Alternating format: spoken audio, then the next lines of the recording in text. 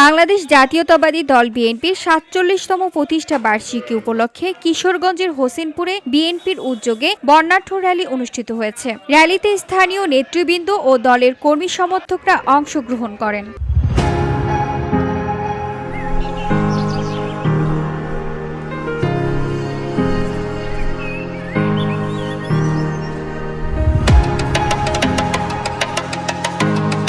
বুধবার দুপুরে বর্ণাঢ্য র্যালিটি উপজেলার জাতির পিতা ইব্রাহিম সরণি মোড় থেকে শুরু হয়ে শহরের বিভিন্ন সড়ক প্রদক্ষিণ শেষে ইব্রাহিম সরণি এসে শেষ হয়। এতে উপস্থিত ছিলেন উপজেলা বিএনপির সাবেক যুগ্ম আহ্বায়ক মোহাম্মদ শফিকুল ইসলাম কাঞ্চন, যুগ্ম আহ্বায়ক ও সাবেক পৌর mayor SM.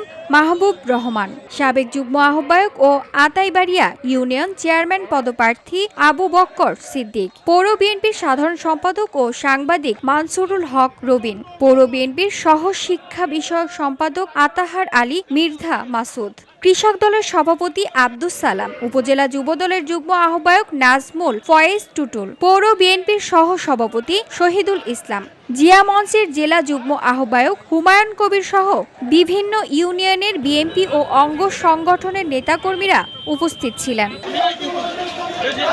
VOD Bangla news desk.